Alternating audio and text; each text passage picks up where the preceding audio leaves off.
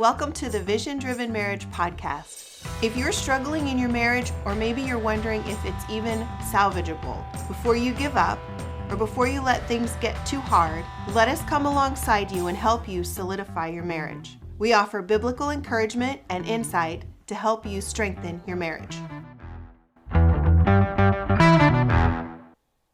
Welcome to the Vision Driven Marriage Podcast. We're Doug and Leslie Davis, and we are excited that you've joined us here today. One of the things that we're talking about today is longevity. Okay. And so in our interview with Bryce and Colette Schaefer last week, if you haven't had a chance to listen to that interview yet, jump back and listen to it because it was really a good conversation. Go check it out. Yeah, it was really good. One of the things they talked about was the things that can contribute to having longevity in your marriage. Mm-hmm. They were looking at 30 some years of marriage, right? Right at 30 years of marriage, I think. The key point is going to be intentional with what you're doing. Yeah. Right. And so when we look at longevity, some of you are going to have a very different experience than others of you. For some of you, the whole concept from the very beginning is that, well, you know, we're going to follow the old-fashioned advice that how did you stay married? Well, we just didn't choose to ever get divorced. And others of you are going to realize that you had so many places where God just pulled you along when you couldn't quite move, and so many places where you got advice and leading by the Holy Spirit. It's a different experience for some than it is for others. Sometimes you'll have a season that feels easy and you'll have another season that feels hard. I know when we first got married, it really felt like we were not going through the motions, but it was just there wasn't anything intentional about it. We were just together, right? It was just a normal thing to do. And you know, when we had an argument, we dealt with it the best that we could. But one of the things I will say that we agreed upon even before we got married is that the word divorce was not in our vocabulary. Like, it was not going to be an option. Right. So even when we did argue or fight or whatever, like, we never thought about separating. Right. And you know, as we look at what we've been blessed with, and some of it was just because God's so good to us, we didn't intentionally do any of it. Other parts of it were very intentional. We're thankful for the little bit of wisdom we had to do those things. What we found out was that it came into a couple of different areas where we can share with all of you some things that you can focus on that'll help you be able to see that you can truly have longevity in your marriage too. And you know, one of the things that's always encouraged me out of Proverbs, especially Proverbs 18:22, is when God says, a man who finds a wife finds a good thing and obtains favor from the Lord. And we know that wasn't, you know, that's not a conditional thing. That's not a man who finds a wife finds a good thing for a little while. It's something that we know is consistently true. And it doesn't say... And when a man finds a good wife, right? You know, it's man who a finds wife. A wife finds a good thing and favor from the Lord. And so we wanted to encourage you to look at a couple of things that we've learned over time. Some of these things we've shared concepts with you, but we've not necessarily shared how it plays out when we're looking at being married for a very, very long time. And so we want to go ahead and start by jumping into the very first thing we want to remind you all of. If you want to have a long, long, long marriage, from the very beginning, realize you're playing the long game. Mm-hmm. You're not playing a short game. You're playing a very long game. And that means that you've got to start putting some building blocks in for that game early on, because it's a long game. And that means that there are a lot of little steps along the way that when you put those little steps in places, it's going to build a foundation that's going to carry you in for the long haul. Mm-hmm. You know, and from the very beginning, we kind of mentioned this. We just didn't put terminology to it. Let's put terminology to it. From the very beginning, Leslie and I adopted a commitment mindset. Mm-hmm. We just knew from the very beginning we're committed to one another. Mm-hmm. We're in this for the long haul. You know, being separate from one another isn't an option. We were so blessed that we found one another. And that doesn't mean that it was easy. That doesn't mean those first couple of years we didn't face all kinds of things we had no clue were coming, because we did. We faced things that we didn't expect. But we knew from the very beginning, this is something that we are committed to, and so we adopted a commitment mindset. Right, like not saying divorce. Like Right. divorce was just not like that's a commitment mindset. And the other one was just going through some of the everyday things with grace. Yes. And I think that a lot of the things in our early marriage that was just kind of grace covered by the grace of the Lord, not so much because of what we did. Like, for instance, when we first moved in together, right after we got married, I had plans of setting up the kitchen the way my mom had her kitchen set up, right? You know, you wash the dishes on the right side and rinse them on the left side. Well, that's not how Linda Davis did it. Linda Davis is his mom. Wash on the left side and dry, go to the right. You go from the left to the right. Left to right. This is America. Right. And so that's not a hill that I was willing to die on, even though it kind of aggravated me, you know. I just switched it, you know, because it really, in the big picture, didn't amount to anything. But part of that commitment mindset that goes along with that is that we decided early on there's never going to be an issue that's so big we won't work through it. Right. There's nothing that's going to be there's nothing that's going to cause us to say, okay, that's it, we're done, I quit. Mm-hmm. And we just from the beginning said, we're going to face some big things. We're going to face some things that are hard, but we'll never face anything that's so big we won't say, let's do this together and figure it out. And talk about it. Like there's not something so big that we can't put it on the table and talk about it. And we've heard from a lot of people, not a lot of people, but people in the counseling office and couples that come to us that are struggling. Right. That part of the long game is hard because that commitment isn't always there to come together and talk about things in a way that's productive. Right. And one of the other things when you're playing the long game, something else that, make the commitment, but then learn to forgive and truly move forward. Mm-hmm. Now, it's easy for us to say, okay, I forgive you. Somebody says, I'm sorry, okay, I forgive you. But if we bring it back up all the time, we're not able to move on beyond it. Mm-hmm. And so, forgiveness is one of those things that can be misunderstood, but it can also, you can say, okay, I forgive you, but not really forgive and get stuck. Mm-hmm. The other hindrance to forgiveness isn't continuing to bring it back up again, but it's the continuing to do it again. Right. Continuing to do it like there's not really any change. Now, and again, it may take several times before a change can become permanent because, none of us learn how to do anything right. It's about very well right away. But forgiving is important, and being able to move forward is really important. You want to play the long game. You got to realize that after I forgive, I have an opportunity now to come alongside my spouse and help them with whatever it was that was the failing in the first place. And Leslie has that opportunity with me to come alongside me and help me with whatever was the failing in the first place, so that we can move forward in a way that's better instead of finding ourselves in a holding pattern that causes us to struggle. In fact, we just had an episode of this, like as we were preparing for this podcast, for this recording, we just had an episode like that. As of this recording, we are in April, and something that occurred back in December happened, and I mentioned it to him, and that was one of those things. But I had forgiven him well before I had mentioned it. And what happened? Well, let me start with this. One of my love languages is gift giving. And so when I receive a good gift that is thoughtful and considerate and something that I really want, like, need, all of those things, I feel really loved. Well, it just so happened that at Christmas time, Doug had made the comment, go get this for your Christmas present. And it just totally took the wind out of my sails, because more than half of getting a good gift is the getting part. I go shopping for myself all the time, right? Mm-hmm. So going shopping for my own Christmas gift didn't make me feel loved. Right. So it took me a while. I didn't even feel like shopping for him a Christmas gift, so we didn't get Christmas gifts for each other this Christmas. And of course the thing with all of that, seeing that she'd mentioned something that this would be really good, me saying, well, go get that, thinking this is something you'll really like because you just said so, eliminated the gift giving part, which is what caused the struggle. But it was one of those logical things, but sometimes love and logic don't fit.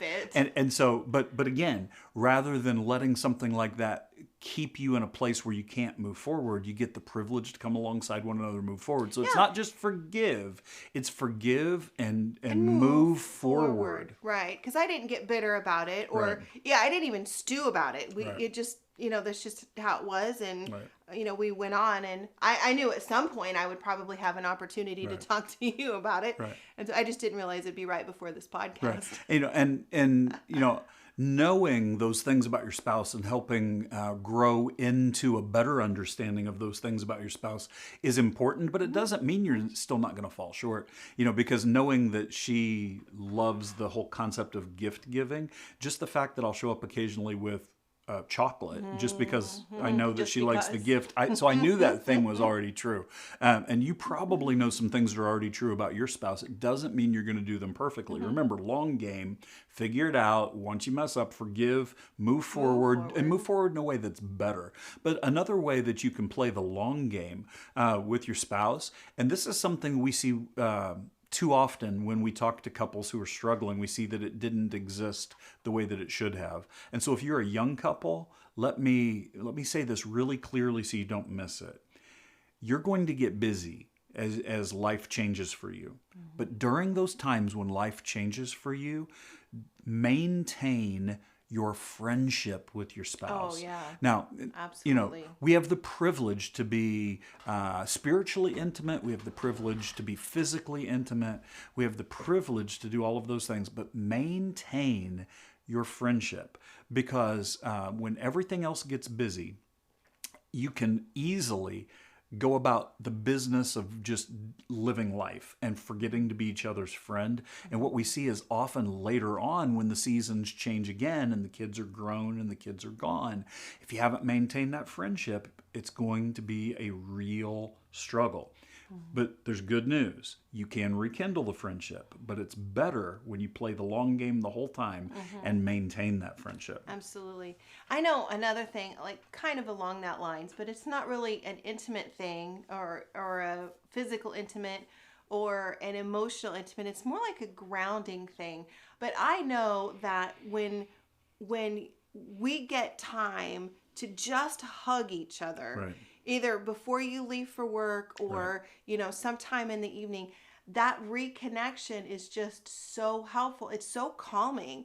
And to do that every day or almost every day, that is a really good long game strategy, because it just keeps us connected. And it's not even a physical thing, really. I mean, it doesn't lead to sex. It is just a connection thing. Right.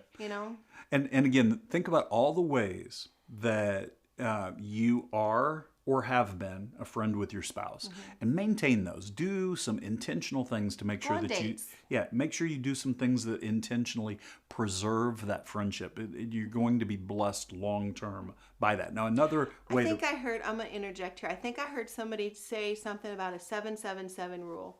And it's kind of like a weekly and a monthly and a quarterly thing, but there's like once every 7 days, spend some face-to-face one-on-one together. It used to be that in the days of old, when we actually sat down at the dinner table together as a family, like that was face-to-face time. And really, most families don't do that anymore, and we should really get back to that, right? So like once a week, spend some face-to-face time. And every 7 weeks, take a date night, like no children date night. Go to a restaurant, spend some time together, go to a museum, go do something fun, and work on kindling that friendship. And then once every 7 months, go on a vacation or weekend, like a weekend away. So the 7-7-7 rule. I don't remember where I read that or who I would attribute that to, but that was not mine. And so, but it sounds good. We do that sort of. We do a date night, usually on Friday night, twice a month at least. We usually go out for a good steak. I like steak. Right. And so, as you're playing the long game, being able to have those planned, we're going to get to that kind of plan-looking thing in a little bit. But one more thing with the long game, understand early on in your marriage, and understand wherever you are right now in your marriage, there will be times when you disagree with each other. It's okay to disagree. It doesn't have to lead to problems. As a matter of fact, a disagreement is an opportunity to draw closer. And, because what if for some reason one of the two of you feel like, I don't want to disagree at all, so I'll just do whatever my spouse wants. At some point in your relationship, it's going to make you feel unimportant, undervalued, railroaded, something that's going to make you feel unappreciated and less than. Instead, understanding where you have little disagreements, being able to express that and to figure out what's best for you as a couple, being able to talk about that will keep you. You might still make the decision that your spouse was going to make, but you were heard, so you don't feel undervalued, you don't feel unappreciated, you understand that you have a voice in the relationship. And so I want to encourage you right away. Not that you should intentionally look for things to disagree about, but it's okay when you do disagree. It doesn't mean it has to lead to problems. Right, yeah. It is an opportunity to learn to understand each other differently. And I think one of the faulty beliefs in those situations is that my spouse has to be like me. Right. So you go into those disagreements thinking we're going to come out on the other side and you're going to believe what I believe, but that's not necessarily true. And that certainly doesn't honor your spouse or honor your marriage, because when two individuals come together as a married couple, there are going to be different beliefs. There's going to be different operation standards. That's kind of what I was thinking, like operation standards. But when you work to bring that together and kind of complement each other, that makes you stronger as a couple. Oh, it absolutely does. And, and so again, it's an opportunity. And when you understand that this is something that we're going to do, not just, for a year or 2 or 10, but we're really truly committed to this long game. Or 60. However long we get the privilege to live, we're going to be able to do that together. And when you play the long game, what you're going to find is that you have opportunities that will make your marriage better. Now, here's something that was interesting to me. It's not just that when you play the long game, you're going to have a better marriage. Did you know that statistically for years now it's been proven that married people live longer than people who don't get married? And so you're not just going to have a longer marriage, but you actually have a longer life. Men by 2.4 years and women by a little over 3 years longer than someone of the same sex that is not married. And so there's a little nugget for you. Yeah, that's because life's better with you than without you. Right. Right. And so the second thing that we want to share with you all, if you're looking at, longevity in your marriage, is don't fall into the comparison trap. You want to have a long marriage. You want to stay together for a very long time. Don't compare what you have with what other people have and feel like, oh, I'm missing out.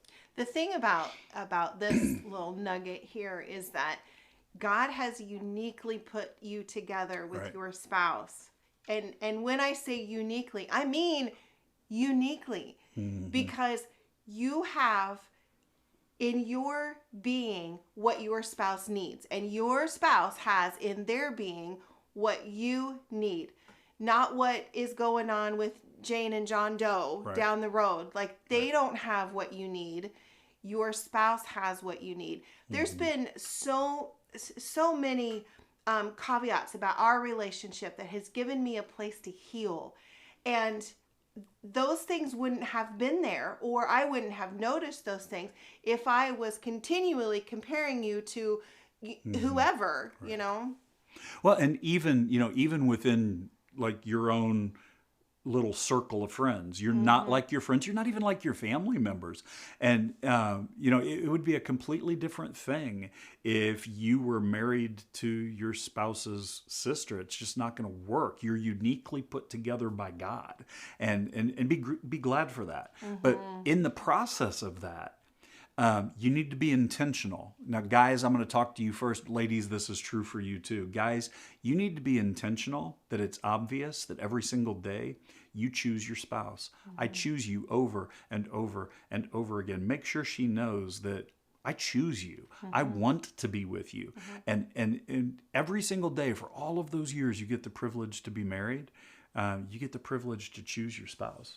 I think that's a really good point, because so often we get on autopilot. If you've listened to the podcast for any length of time, you've heard us talk about being on autopilot, and it's a really bad thing. A really bad thing. But intentionally choosing and looking for opportunities to show that you've chosen your spouse again and again and again is really going to build a solidifying measure, a building block, say, in your relationship, that when you come up against something that might be a distraction or a danger of an infidelity moment or an affair, then you've got the confidence to say, no, I know my spouse chooses me every day. Right, because the comparison trap is one of those things that can have a lot of different looks to it. But what it always does is... the grass is greener on the other side of the fence. Right, it says, well, my friend's marriage or my brother's marriage or my parents' marriage had something that mine doesn't have. And so you're constantly comparing, but when you compare, you're saying to your spouse, whether you intend to or not, you're lacking something that I think you should have. Now, a lot of times this comes out in married couples, it comes out in a joking manner. A lot of couples think they're hilarious when they talk about, yeah, I should have married her. She cooks better than you do. And the wife will laugh, ha, ha, ha, ha. But in those dark moments where she's feeling insecure, she wonders if he really meant it. Yep. And, the wife will say something about, yeah, I should have married him. He stayed in shape. He doesn't have the gut you have. And again, then in those moments where he's wondering, is she really looking at other people? And so the comparison game too often comes out as, I was just joking. But those aren't the kinds of jokes that build your marriage. Yes, they hurt. It hurt. cracks the relationship. It does. It cracks the relationship. And one of the other things in Don't Fall into the Comparison Trap is relatively new. I came up with this term today just because I think that it fits. So no offense to the social media that I picked, but don't let the Instagram view make you think you're missing out. And here's what I mean by that. Regardless of what social media you look at, you get to see the perfect, clean, what's behind me in the camera frame view of somebody else's life. Okay. So you get to see pictures of this perfect meal that they got at some other restaurant instead of seeing the slightly chewed up chicken nuggets they took off their kids' plate for their lunch meal. You don't get to see the things that aren't pretty. You don't get to see the things that aren't perfect. You only see the things that really look good. You see the great vacation spot, and you see the perfectly clean portion of the room. The rest of the room's a mess. Or you see the things that make life look like, oh wow, because social media is created for, wow, take a look at this. As a result, it's easy for us to believe wrongly that, well, I'm the only one who doesn't have a clean house. I'm the only one whose laundry's still on the floor. I'm the only one who doesn't have, I'm the only one who doesn't have a husband who's always home on time, or I'm the only one who doesn't have a wife who goes with me to my kid's soccer game, because everything else you see looks perfect. Well, we all know the reality is none of those folks' lives are perfect. But the danger in it is when you start to compare what you get to see on the little screen, the tiny little screen of your phone, when you start to compare that to what your life is, you can start once again to think, everybody's got it better than me. I'm lacking something. Something's wrong. And you feel like giving up. It's the complete enemy to the long game. Yeah, it really is an enemy to the long game for sure. And one of the ways to combat that is just to stay connected with your spouse in a way that is able to communicate and show gratitude. Right. Because that sounds so easy and so simple, doesn't it? It can be hard. It can be hard, but the neat thing about gratitude is it's like one of those mysteries of the Lord that you just really can't figure out until you actually do it. Right. But once you start expressing gratitude in your relationship, it really does come back together just to kind of erase the Instagram view world, Instagram worldview, right? Right. And so the third thing that we wanted to share today with you all is that if you want to see longevity in your relationship, wherever you are right now, from today forward, start to design and communicate a marriage roadmap. So design and communicate a marriage roadmap, because you're going to get the privilege to travel this life together. And, Leslie and I'd always talked, even when we were first married, about how we wanted to be that old couple that hold hands. We wanted to be that barely walk, but we hold hands while we walk through the park. We communicated that early on. We knew where we wanted to go, but developing that marriage roadmap is, what route am I taking right now? I know that the ultimate destination is, throughout this entire life, I get to do life with you, but there's different little things you travel through. And let me give you an example of what it looks like in an actual traveling, and then we'll look at how it fits with your marriage. We have a child who lives on the East Coast, and when we travel to see her, we leave Cornfield, Central Illinois. We travel on some country roads, some 2-lane highways, some interstates. We go through areas where it's seriously 45 minutes without seeing a town that's bigger than 1,000 people. But then we also go through some fairly large cities where the traffic is a little bit snarled and a little bit of a mess. And so the travel is different, even though we know the destination we're going to. There's parts of the travel that are significantly easier than other parts. There's parts that are the destination is all we care about. There's other parts where the scenery is what we're looking at. Yeah, and then we go through the mountains. Yeah. But the point is, marriage is very similar. We know that our destination is, for the entirety of my life, I want to travel this journey with you, and I want to finish the end of my life with you. We want to be that old couple in the park holding hands. But as we go through this journey together, you're going to go through different seasons. Some of those seasons are going to be pretty easy traveling, and some are going to be hard. Some you're going to be able to slow down enough you can take a look at the scenery, and other parts you're just focused on, I have to get through to this destination. It's really important, but you get to do the whole thing together. I don't have anything to add to that. So what I'd encourage you is to sit down and communicate, because you need to realize that even though the destination's set, the path you take is not going to look the same in each stage. And sometimes the way you thought you were going to get where you were going has to be redrawn. We've all gone through where there's road construction. So all of a sudden, what's happening? Redirecting. And in your marriage, you get the same thing. It may not be the route you originally drew. It may get redrawn, but you're still going the same place. And like, for instance, one time I was coming home from Chicago, and I was going from O'Hare to Central Illinois, and on the GPS I hit no tolls. Well, that was not the right thing to do, because it ended up taking me through some pretty sketchy areas in South Chicago. No offense to South Side Chicago, but that's not a place where I want to spend too much time. And so, but the point is that sometimes in your marriage, you're going to end up in a place where you don't necessarily want to stay too long, right? So when you're talking about creating a roadmap, it's really about being intentional in your marriage. And one of the first things that I would do is to sit down with your spouse and say, what do you need? What is it that you need in this time of life that we're in right now? Yes, that you're in right now. And it may be that you're in the time of life where you've got little kids running around, and mom, you've just put your baby in the crib, and it was the best that you could do just to lay down on the floor and go to sleep right beside the crib. I've been there. I've done that because I have been so tired. What you need in that moment may be for him to take the baby so you can take a nap. And that's obviously not the case in our lives now, right? But it has been. But it has been, right? And there's been many times where you took the girls so I could take a nap.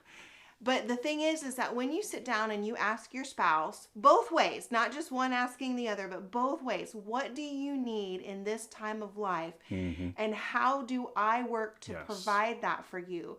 That is going to start the communication. It's going to open the communication so that when you're walking through life, because guess what? It's a long game, right? It's a day by day. It's one step at a time for the long game. And when you can understand what your spouse needs and then ask how you can accomplish that and talk about those goals, then guess what? you're on the road together. Right. And when your kids are little, it's definitely going to look different when you're traveling than when your kids are teenagers. And then it's going to look different again when you're an empty nester. Yeah. And all of those things are okay. And so be intentional about traveling according to the season you're in at the moment and have those conversations. But I want one more thing as we look at designing and communicating a roadmap for your marriage. One more thing I really want to encourage you to do. And that is, don't avoid the scenic route. Now, here's what I mean by that. Don't get so caught up in the next destination that you don't spend time looking around while you're traveling together. Don't just stay on the interstate, right? The destination really isn't always the goal. Sometimes the journey is the goal. Yeah. And so, a person that I had the privilege to meet years ago actually wrote a poem called The Station, talking about traveling on a train. And what he said that he learned through his life was the station that he was going to end up with, that wasn't the goal. The goal was everything that he got to see on the journey and everything he got to learn on the journey. And so I just want to encourage you strongly, do not forget to take advantage of the scenic route. Sometimes you're going to do things a little slower and you're going to look around and you're going to enjoy them, because it's not just hurry so this can happen. It's not just hurry so our kid can get to kindergarten, hurry so our kid can get to soccer practice, hurry so our kid can graduate from high school. It's more than just that. And so don't be afraid to take full opportunity and full advantage of the scenic route. Absolutely. So we know that some of you are saying, well, this has been easy for you guys, and there have been some struggles, but maybe the struggles that you're going through are very different than the struggles that we've ever faced. And you might be in a time of your life right now where you're saying, I want to see longevity in my marriage, but I'm struggling right now because the long game looks hard. We would love to hear from you. We want to know, what is it that you have questions about, and what is it that you've learned that you can share with people who are in a similar season? Whether you are early in your marriage, maybe you are at the stage where you have littles, maybe your kids are growing up and they're active and they're in everything and you feel like you have no time, or maybe you're an empty nester. Regardless of where you are, what are the questions that you have, and what have you learned that you would like to share with others? And we'll make sure we get that information to them. Oh, absolutely. I'm going to post on Instagram this morning as this podcast drops, so you'll be able to catch that post. It's at The Vision Driven Marriage on Instagram, and message us and let us know. Right? And we're so grateful that you spend time with us. We know that what you do is important, and that you have a busy life, and it's a privilege that we get to be a small part of your busy life. And we're Doug and Leslie Davis. This is The Vision Driven Marriage, and we continue to pray that God will solidify your marriage.